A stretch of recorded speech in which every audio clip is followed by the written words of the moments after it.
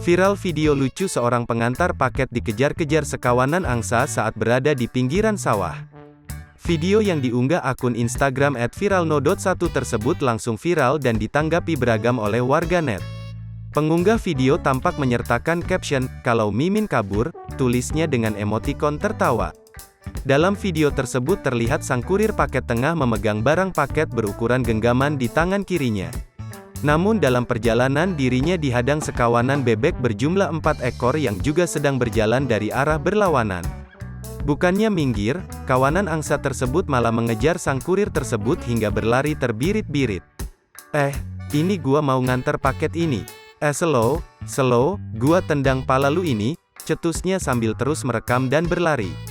Hingga berita ini diturunkan belum dapat diketahui di mana kejadian tersebut terjadi.